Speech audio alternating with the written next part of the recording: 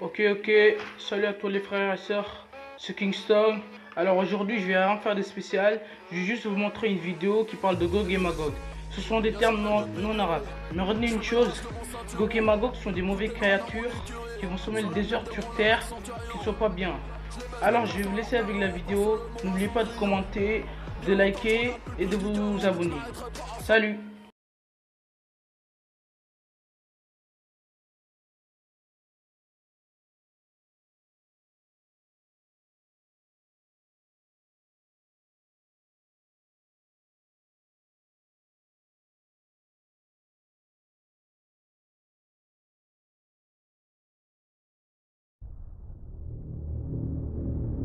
Qui sont Gog et Magog? Le savez-vous?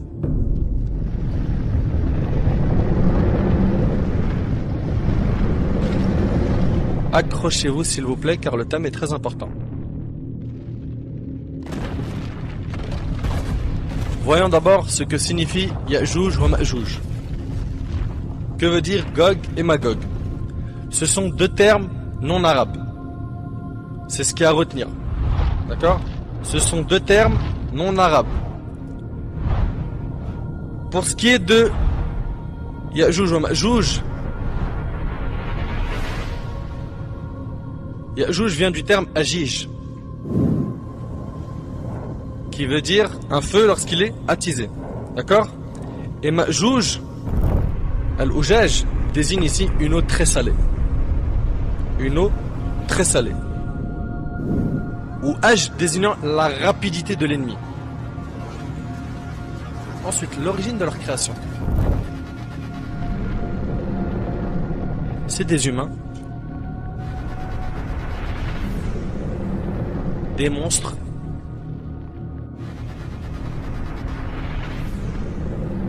des djinns.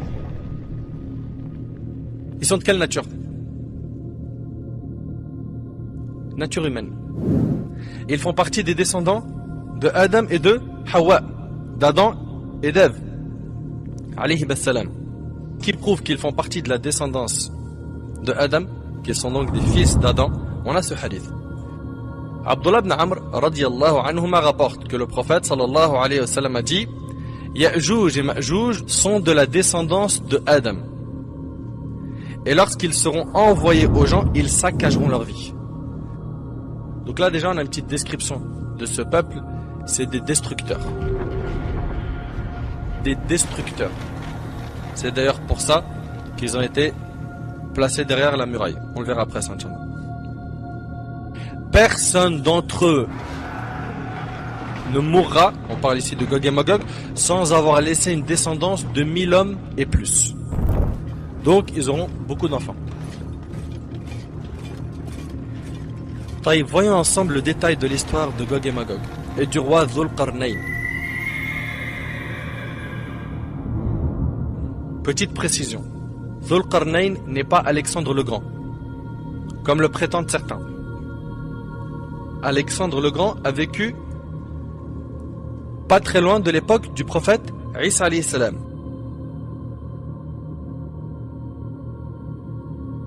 Alors que Dhul Qarnayn a lui vécu à l'époque du prophète Ibrahim alayhi salam. Et entre le prophète Ibrahim et Isa, il y a plus de 1000 ans. Ça c'est ce que dit Ibn Hajar rahimallah et d'autres parmi les savants. Taïb. Allah subhanahu wa ta'ala nous parle de Dhul Qarnayn et de cette muraille qu'il a construite pour enfermer Gog et Magog.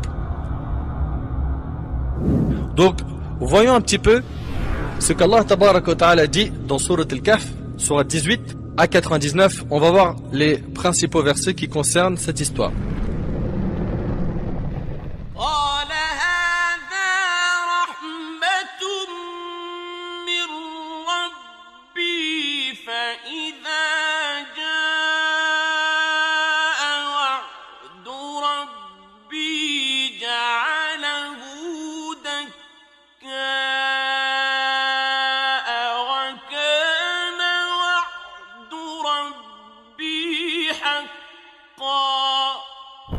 وتركنا بعضهم يومئذ يموج في بعض ونفخ في الصور فجمعناهم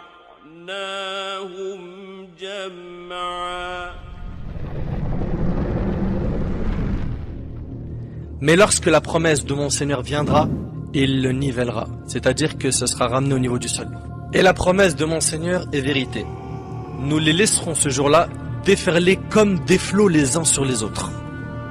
C'est-à-dire quand cette muraille disparaîtra, là, ils vont arriver et ils vont remplir la terre et la corrompre.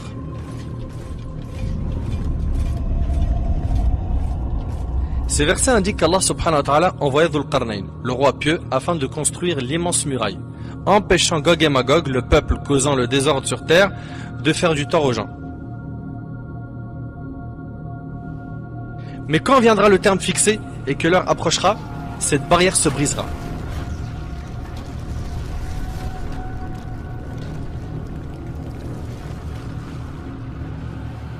Ya'juj et Ma'juj, Gog et Magog sortiront à grande vitesse et à grand nombre. Aucun humain ne pourra se dresser face à eux. Même le prophète Isa alayhi salam, ainsi que ceux qui seront autour de lui parmi les croyants, Allah va leur ordonner de s'abriter où? À Jabal al-Tour, au mont Tour, au mont Sinaï en Égypte. Pourquoi? Personne ne pourra les combattre. Personne.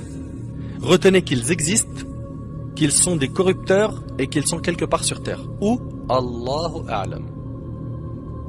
Gog et Magog sont un parmi les signes annonciateurs de la proximité du soufflement dans la trompe.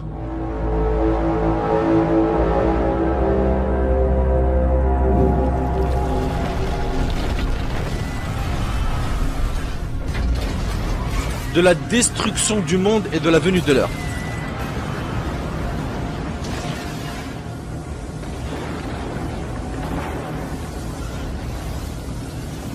Ça se produira dans le futur. Sachez que dans la sunna du prophète sallam, on a les détails de la sortie de Gog et Magog. Il est mentionné dans la sunna qu'à l'époque du prophète sallam, une brèche dans la muraille a été ouverte. Zaynab bint Jahsh radiyallahu anha rapporte que le prophète sallam entra un jour auprès d'elle, terrifié, en disant La ilaha illallah. Malheur aux Arabes à cause d'un mal qui se rapproche. En ce jour vient d'être ouverte une brèche dans la muraille de Gog et Magog comme ceci. Et il fit un cercle de ses deux doigts, le pouce et l'index. En ce jour vient d'être ouverte une brèche dans la muraille de Gog et Magog comme ceci. Et il fit un cercle de ses deux doigts, le pouce et l'index. Zaynab bint Jahsh demanda Ô messager d'Allah, périrons-nous alors que seront parmi nous les gens pieux? On va périr alors que parmi nous il y a des gens pieux? Le prophète sallam répondit oui, si le mal se répand. Oui, si le mal se répand, et c'est rapporté par Bukhari et Muslim. Ils vont vraiment semer la corruption la plus totale sur terre.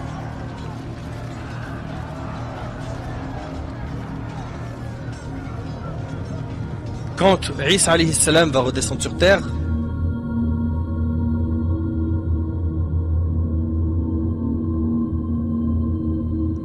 Allah subhanahu wa ta'ala révélera à Isa, j'ai fait sortir mes serviteurs à moi qu'il n'ait donné à personne de combattre. Donc il va lui dire, personne n'a la capacité de combattre Gog et Magog. Allah Azza wa Jal va dire ça au prophète Isa. Abrite donc mes serviteurs, les croyants, sur le mont Tour, en Égypte, au mont Sinaï. Et Allah d'envoyer Gog et Magog, qui se précipiteront de chaque colline. Ils inonderont la terre. Les premiers d'entre eux passeront par le lac de Tibériade et le boiront, ils vont boire le lac. Et les derniers, donc la dernière vague de Gog et Magog, à passer diront, il y avait certes ici de l'eau autrefois. C'est alors que la vraie promesse s'approchera, yani le jour du jugement. Tandis que les regards de ceux qui ont mécru se figent. Malheur à nous. Nous y avons été inattentifs.